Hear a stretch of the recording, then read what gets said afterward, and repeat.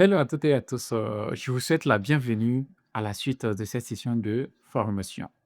Donc, on a créé notre adresse mail sur le téléphone. On l'a connecté sur l'ordinateur. Mais je vous ai dit qu'il reste quelque chose de très important lorsqu'on veut faire de l'intelligence artificielle. Et tout simplement, c'est un gestionnaire de package. Quand je parle de gestionnaire de package, je parle d'un logiciel qui va nous permettre de décompresser nos fichiers.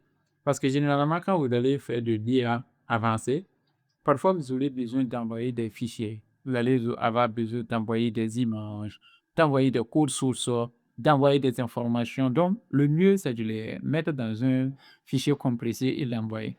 Et aussi, si vous payez des formations en intelligence artificielle, parfois vous allez avoir besoin de décompresser des fichiers parce que le formateur va vous envoyer des vidéos compressées ou bien du contenu qui sont compressés dans ce qu'on appelle un fichier zip ou un fichier RAR.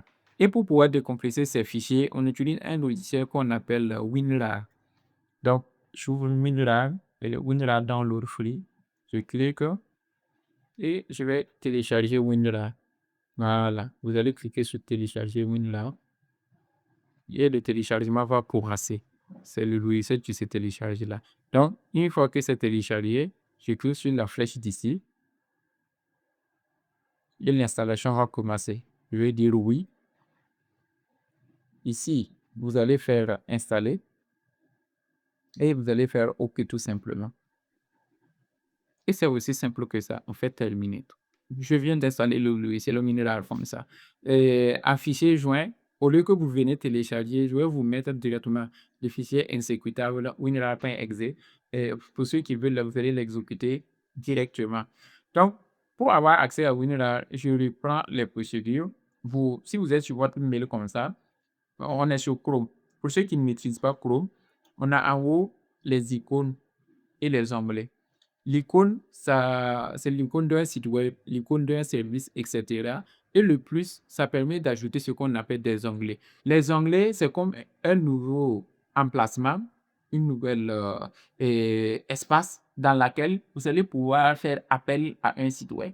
Donc, si je clique sur nouvel onglet, ça ouvre une partie à part, là où je peux faire de la recherche, là où je peux faire appel à un site web, là où je peux faire appel à une intelligence artificielle pour pouvoir travailler tout simplement. C'est ça l'importance des onglets. Et par exemple, si je mets écrit ici WinRAR, je fais entrer, je lance la recherche. C'est une recherche que je viens ici. Vous voyez qu'on a l'icône de Google qui est là et on a WinRAR recherche Google. Là, j'ai plein de résultats. Parmi les résultats, dans notre cas précis, on veut télécharger WinRAR et on va aller sur le site winrar.com. Donc, je clique ici. Une fois que je clique ici, vous voyez que la recherche est là, mais ça a ouvert un nouvel onglet. Donc, cet onglet qui est derrière là, je peux fermer et laisser seulement l'onglet qui est devant.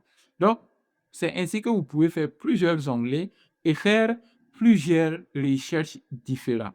Par exemple, je peux chercher ici IA et puis dans cette partie, je vais chercher la finance, je cherche. Et dans cette troisième partie, on va chercher quoi?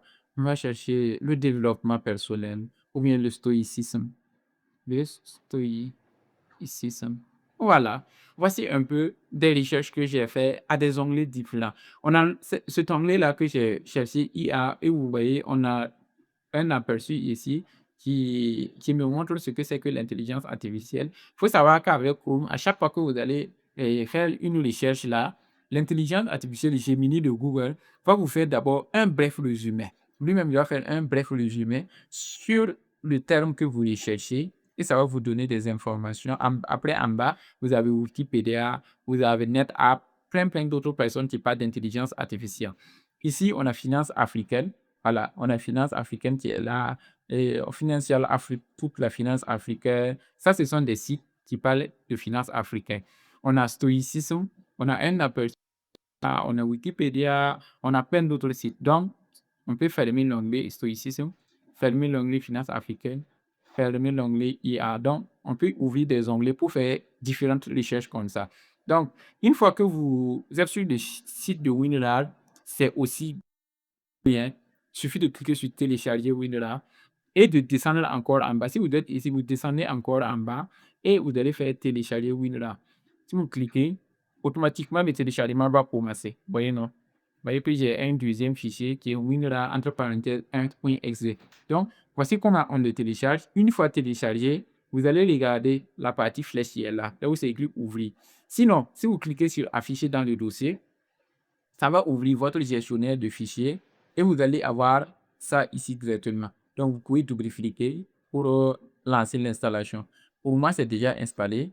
Donc, du coup, je vais tout simplement laisser. Donc, je vais faire un fichier joint. Là, vous pouvez cliquer et puis installer WinRAR directement sur votre ordinateur si vous utilisez l'ordinateur pour suivre cette formation.